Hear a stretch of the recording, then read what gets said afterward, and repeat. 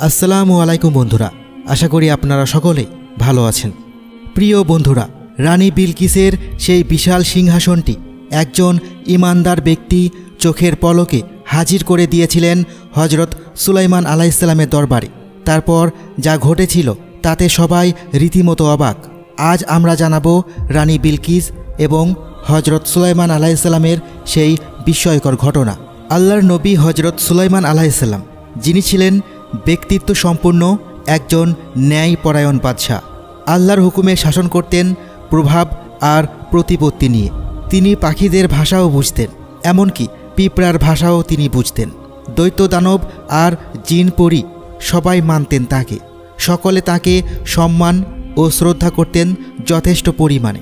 আল্লাহ প্রদত্ত ক্ষমতা নিয়ে চলতেন দাপটের সাথে। পশু পাখিদের নিয়েও তিনি মিটিং ও সভা সমাবেশ করতেন। একদা বাদশাহ সুলাইমান আলাইহিসসালাম বসলেন পাখিদের নিয়ে মিটিং করতে। খোঁজ খবর নিলেন তাদের সবার। পাখিদের একটা প্রজাতি, নাম তার হুদহুদ পাখি। তাকে দেখতে না পেয়ে রেগে বাদশাহ তখন জিজ্ঞেস করলেন অন্যদের, বিনা অনুমতিতে সে কেন অনুপস্থিত। বাদশাহী ঘোষণা দিলেন তিনি যথাযথ কারণ দর্শাতে ব্যর্থ হলে তাকে শাস্তি দিব, এমনকি মৃত্যুদণ্ড হতে পারে তার। বাদশাহ সত্যি সত্যি খুব রেগে গেলেন। তিনি বসে রইলেন কারণ শোনার জন্য। হন্তদন্ত হয়ে উপস্থিত হলো হুদহুদ পাখি বাদশাহর দরবারে।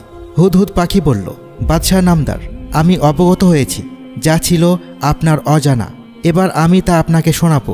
আল্লাহর দুনিয়ায় একটা এলাকা রয়েছে, নাম তার সাবা, আর সেখান থেকে সংবাদ নিয়ে এসেছি আপনার জন্য। সাবা জাতিকে শাসন করছে একজন নারী, নাম তার বিলকিস বিনতে সারাহিল। কোনো কিছুর অভাব নাই তার। তার রয়েছে এক বিশাল সিংহাসন, যার দৈর্ঘ্য ৮০ হাত, প্রশস্ত ৪০ হাত আর ৩০ হাত উঁচু। দুর্ভাগ্যজনক সংবাদ কি আপনি জানেন? তারা হলো মুশরিক। আল্লাহর সাথে অসংখ্য জিনিসকে শরিক করছে প্রতিনিয়ত। এক আল্লাহকে বাদ দিয়ে সূর্যের সেজদা করছে তারা, আর শয়তান সৎ পথ থেকে বিরত রাখছে তাদের, চিত্তাকর্ষক করে দেখাচ্ছে তাদের কার্যকলাপ। আমার প্রশ্ন হলো, তারা কেন এক আল্লাহর ইবাদত করে না? মহান আল্লাহ তো জানেন গোপন ও প্রকাশের সব কাজ। তিনি ব্যতীত কোনো ইলাহ নেই। আর মহান আল্লাহ তো সুবিশাল আরশের মালিক। বাদশাহ সুলাইমান আলাইহিসসালাম চুপ থেকে শুনলেন, আর শেষ কথা পর্যন্ত বিচক্ষণতার সাথে বললেন, যাও, তুমি যদি তোমার কথায় সত্যবাদী হও তবে আমার পত্রটি নিক্ষেপ করো তাদের কাছে।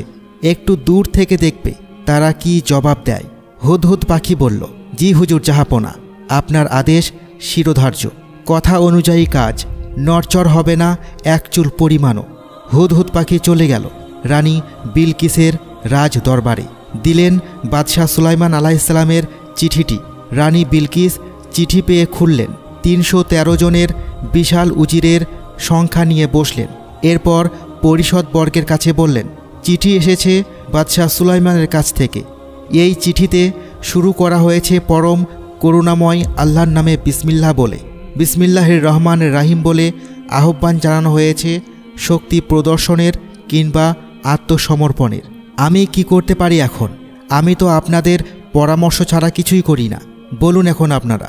সেনাবাহিনীর কাজই হচ্ছে বীরত্ব প্রদর্শন। তারপরও তারা ক্ষমতা ছেড়ে দেয় রানী বিলকিসের কাছে। এখানেও তাই হলো। তারা সগর্বে বলল, আমরা শক্তিশালী ও বীর যোদ্ধা। সিদ্ধান্ত নেবেন আপনি। ভেবে দেখুন আমাদের কি সিদ্ধান্ত দিবেন।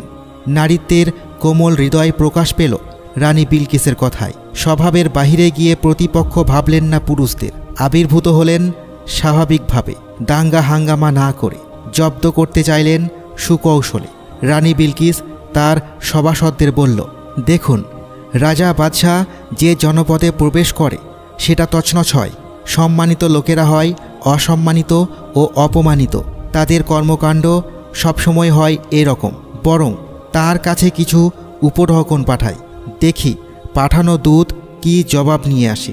রানীর ধারণা ছিল সে যদি দুনিয়াদার বাদশাহ হয় তবে সানন্দে গ্রহণ করবে উপহার, আর যদি দিনের স্বার্থে হয় তাহলে ঘৃণা ভরে প্রত্যাখ্যান করবে। উপহার দেখে হজরত সুলাইমান আলাইহিসসালাম বলে উঠলেন, তোমরা কি উপহার দিয়ে সাহায্য করতে চাও? আল্লাহ আমাকে অনেক উত্তম জিনিস দিয়েছেন, তোমরা এগুলো নিয়ে সুখে থাকো। অচিরেই আমি সৈন্য পাঠাবো, যাদেরকে তোমরা মোকাবেলা করতে পারবে না। বাদশাহী অভিজ্ঞতা দিয়ে হজরত সুলাইমান আলাইহিসসালাম বুঝে ফেললেন, রানী বিলকিস প্রেরিত দূতদেরকে যেভাবে উপঢৌকন ফেরত দেওয়া হলো, তাতে সংঘাত অনিবার্য। চূড়ান্ত লড়াই অনিবার্য রূপ নেবে স্বল্প সময়ের ব্যবধানে। আবার এও বুঝালেন বাদশাহ, রানীর উপঢৌকন মানে সন্ধি দাওয়াত কবুলের ইঙ্গিত। হজরত সুলাইমান আলাইহিসসালাম আত্মীয় পরিষদদেরকে বললেন, তোমাদের মধ্যে কে আছে এমন রানীর আত্মসমর্পণের পূর্বেই তার সিংহাসন নিয়ে আসবে? জনৈক দৈত্য জিন বলল, অনুমতি দিন, আপনার ওঠার পূর্বেই আমি এনে দিব। আমি এ কাজে যথেষ্ট সামর্থ্যবান ও বিশ্বস্ত। উপস্থিত একজন মুমিন ব্যক্তি বলল, আপনার চোখের পলক পড়ার পূর্বেই এনে দিচ্ছি আমি। চোখের পলকে রানীর সিংহাসন দেখলেন হজরত সুলাইমান আলাইহিসসালাম। শুকরিয়া আদায় করলেন আল্লাহর। শুকরিয়া আদায়কারী মূলত নিজেরই উপকার করে। সিংহাসনের রূপ সৌন্দর্যের পরিবর্তন করে বুদ্ধির পরীক্ষা নেওয়া হলো রানী বিলকিসের। উত্তীর্ণ হলেন তাতে রানী বিলকিস। রানী বিলকিস ছিলেন অবিশ্বাসী। গায়রুল্লাহর ইবাদত ছাড়তে আহ্বান জানালেন হজরত সুলাইমান আলাইহিসসালাম। স্বাগত জানালেন প্রাসাদ প্রবেশের। তার মনে হলো প্রাসাদ স্বচ্ছ জলাশয়। স্বভাবসুলভ ভঙ্গিতে পায়ের দিকের কাপড় উঁচু করে হেঁটে আসলেন তিনি। রানী বিলকিস বুঝতে ব্যর্থ হলেন, কাঁচ নির্মিত প্রাসাদ এভাবে এত সুন্দর হতে পারে। রাজকীয় অভ্যর্থনায় মুগ্ধ হলেন রানী বিলকিস। এরপর বললেন দ্বিধাহীন চিত্তে, হে আমার প্রভু, নিজের উপর জুলুম করেছি নিজেই। আমি হজরত সুলাইমান আলাইহিসসালামের আহ্বানের সাথে সত্তা বিলীন করে আত্মসমর্পণ করছি। ঈমান এনে মুসলমান হলাম।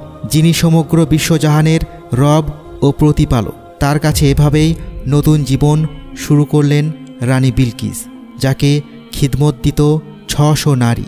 এরপর সে ছেড়ে দিলেন রাজ্য শাসন ও মূর্তি পূজা, হয়ে গেলেন সাধারণ মানুষ, মুসলমান ও আল্লাহর গোলাম।